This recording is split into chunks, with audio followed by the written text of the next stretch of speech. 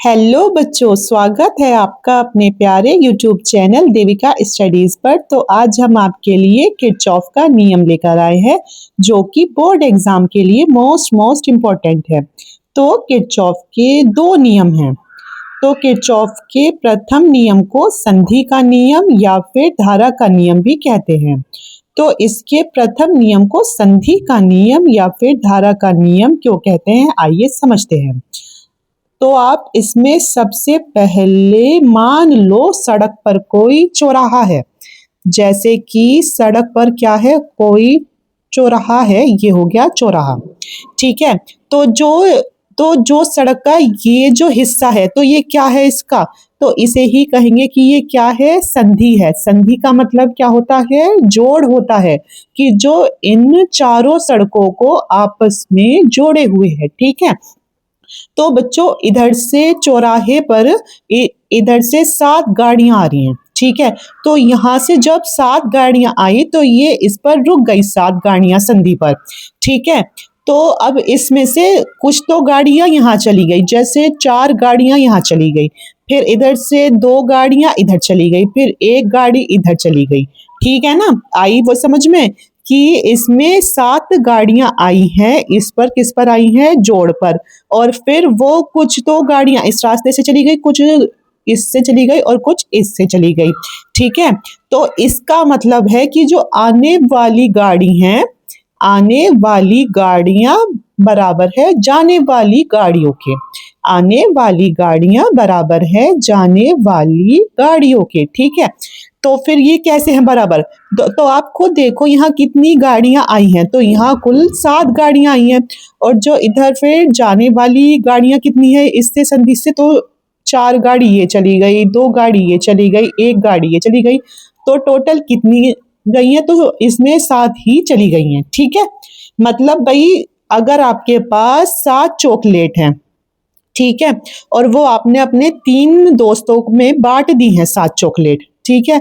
आपके पास 7 चॉकलेट है, आपने वो चॉकलेट अपने 3 दोस्तों को दे दी, 3 उसे दे दी, 2 उसे दे दी, 2 उसको दे दी। तो भाई जितनी चॉकलेट दी आप उतनी ही तो उन्हें दे ये पाओगे, कि आप उन्हें एक्स्ट्रा दे दोगे।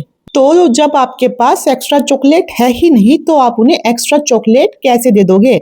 तो जितनी चॉकलेट आपके पास थी आपने उतनी ही चॉकलेट अपने दोस्तों को भेज दी।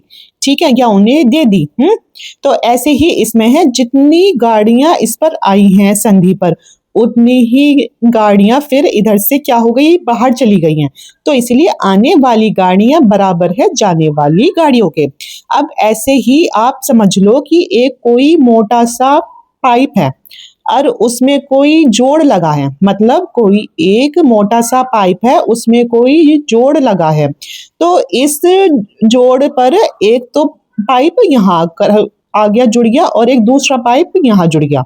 आई बात समझ में, कोई एक मोटा सा पाइप था उसमें क्या लगा था, जोड़ लगा था। अब इसके जोड़ में कोई 2 पाइप आकर जुड़ जाते हैं। तो इस पाइप में आ रहा है 10 लीटर पानी। ठीक है। इस वाले पाइप में आ रहा है 10 लीटर पानी। तो इसकी जो संधि है, जो जोड़ है, उस तक कितना आया, 10 लीटर पानी आया। लेकिन कुछ पानी इसमें चला गया, कुछ पानी इसमें चला गया, यानी 4 लीटर इधर चला गया, तो 6 लीटर इधर चला गया पानी।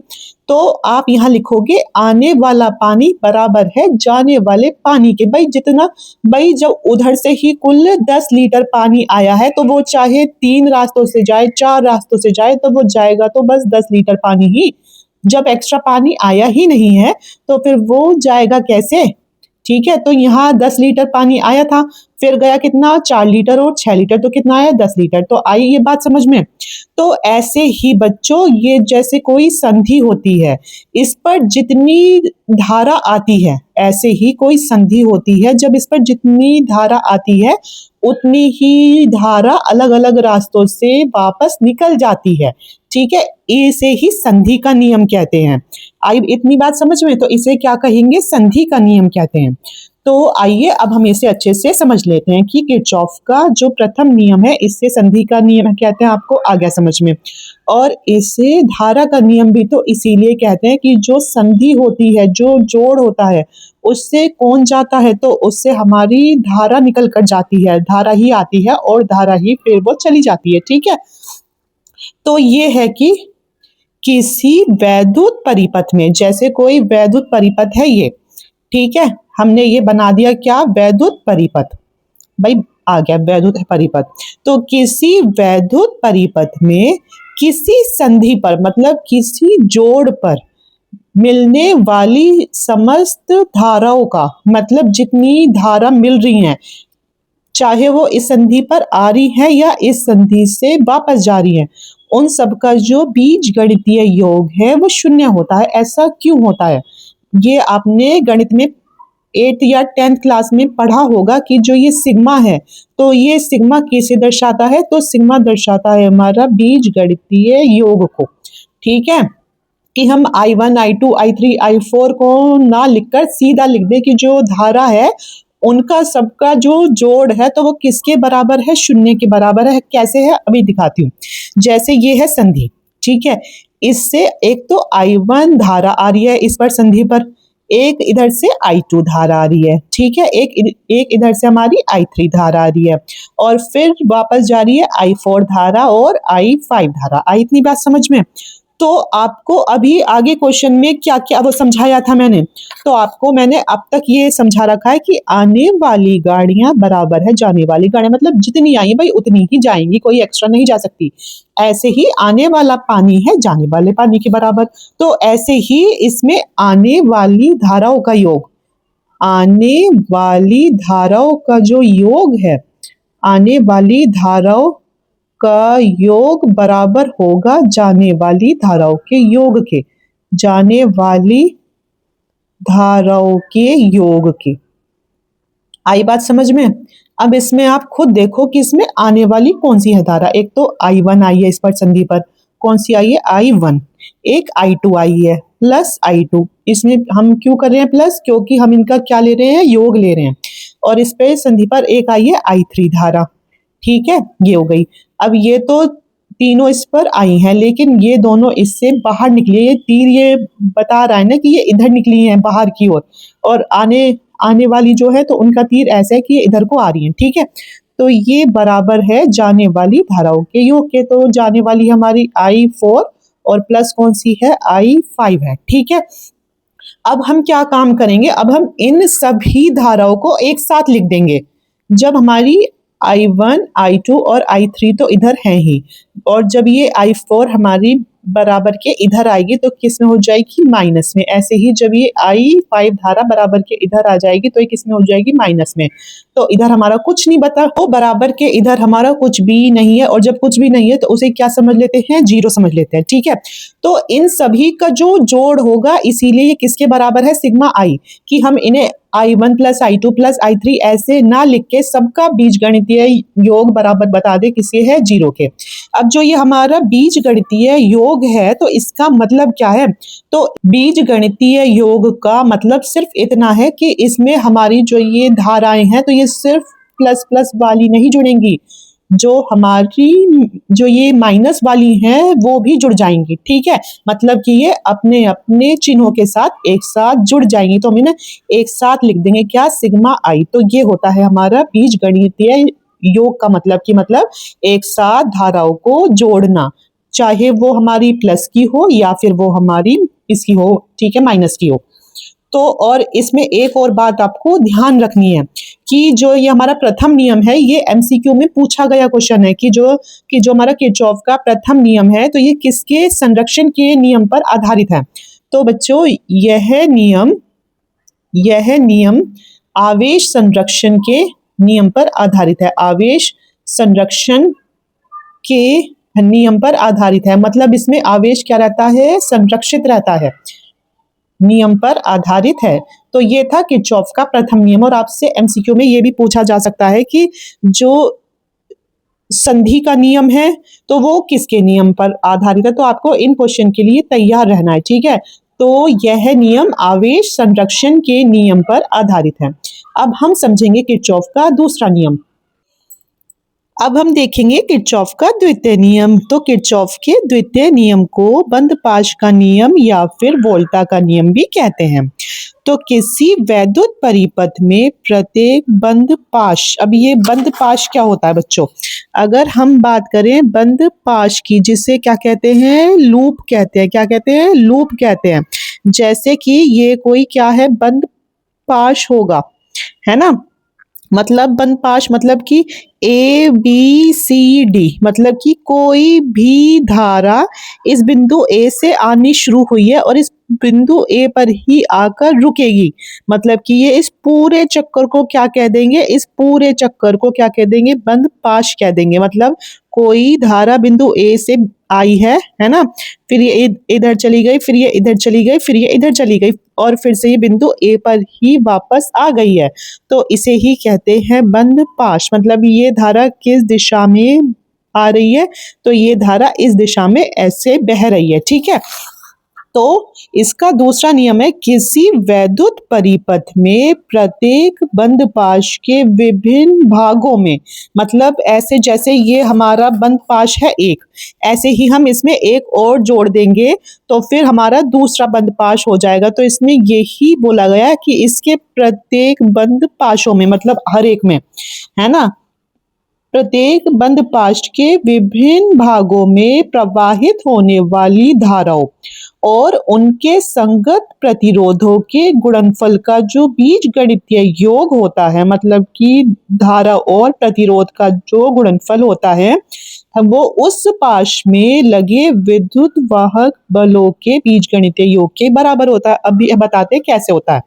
मतलब इसमें क्या बोला गया है कि किसी वैद्युत परिपथ में प्रत्येक बंद पाश के विभिन्न भागों में प्रवाहित होने वाली धाराओं, अब जैसे हम कोई बंद पाश बना लेते हैं, है ना, ये है बिंदु ए, इससे धारा बहनी शुरू हुई है और यहाँ हमारा क्या है? प्रतिरोध R1 है, ठीक है। तो आया हमारा यहाँ बिंदु बी। अब इधर हमारी ये क्या लगी है? बैटरी लगी है, जो कि क्या है? विद्युत वाहक बल है E2। और यहाँ बिंदु क्या है? सी है। और फिर यहाँ प्रतिरोध क्या आया? फिर यहाँ प्रतिरोध आया R2। अब ये बिंदु कौन सा हो गया? डी हो गया। अब ये फिर से ऊपर जा रही है और यहाँ भी ये क्या लगी है? बैटरी लगी है, E1 बैटरी लगी है। अब जैसे ये बिंदु ए है, इससे हमारी I1 धारा बहनी शुरू हुई है, ठीक है, तो वो इसमें प्रतिरोध में जाएगी। फिर इस बिंदु बी से I1 ही धारा इधर तक आएगी, ठीक है, यहाँ तक बह जाएगी। अब इधर ये प्रतिरोध R2 है, फिर इससे कौन सी धारा बह रही है? I2 धारा बह रही है इसी दिशा में। मतलब कि ये जो धारा है ये बिंदु ए से चलनी शुरू हुई है और इस बिंदु ए पर ही आकर खत्म हुई है। तो इसे ही क्या कहेंगे? बंद पाश कहते हैं, क्योंकि ये इस दिशा में आई है, इस दिशा में आकर ऐसे चली गई है, ठीक है। तो इसमें बोला गया है किसी वैद्युत परिपथ में, किसी वैद्युत परिपथ में प्रत्येक बंद पाश, ये जो बंद पाश है, इसके विभिन्न भागों में प्रवाहित होने वाली धाराओं जैसे I1 और I2 और उनके संगत प्रतिरोधों के गुणनफल, और जो ये इनके मतलब प्रतिरोध है R1 और R2, तो I1 और R1 और I2 और R2 के आपस में क्या हो जाएंगे? गुणनफल हो जाएंगे। तो इनका बीजगणितीय योग उस पाश में लगे विद्युत वाहक बलों यानी E1 और E2 के बीजगणितीय योग के बराबर होता है। कैसे? इसमें आपसे साफ साफ बोला गया कि बीजगणितीय योग किसका है? I और R के गुणनफल का। मतलब कि इसकी धारा और प्रतिरोध का क्या है? बीजगणितीय योग बराबर है किसके? जो इसमें हमारा विद्युत वाहक बल लगा है E के बीजगणितीय योग के। तो एग्जाम में अगर आपका द्वितीय नियम आता है तो ऐसा ही लिख कर आना है और ये ड्रॉ बना कर आना है। अब हम इसमें ये बताते हैं कि ये इसके बराबर कैसे है। तो हम यहाँ लेंगे बंद पाश ABCDA में। ABCDA में क्यों लेंगे? क्योंकि ABCD अगर हमने सिर्फ D तक छोड़ दिया तो ये पूरा चक्कर पूरा नहीं कर पाएगा, मतलब बिंदु A से शुरू होकर ये बिंदु A पर ही वापस नहीं आ पाएगी, इसीलिए हमें ABCDA लेना होगा, ठीक है। तो इसमें क्या बोला गया कि I और R की हो गुना, तो I1 और R1, क्योंकि धारा इधर से हुई है शुरू, तो I1 की गुना R1 के साथ हो जाएगी, I1 गुना R1, ठीक है।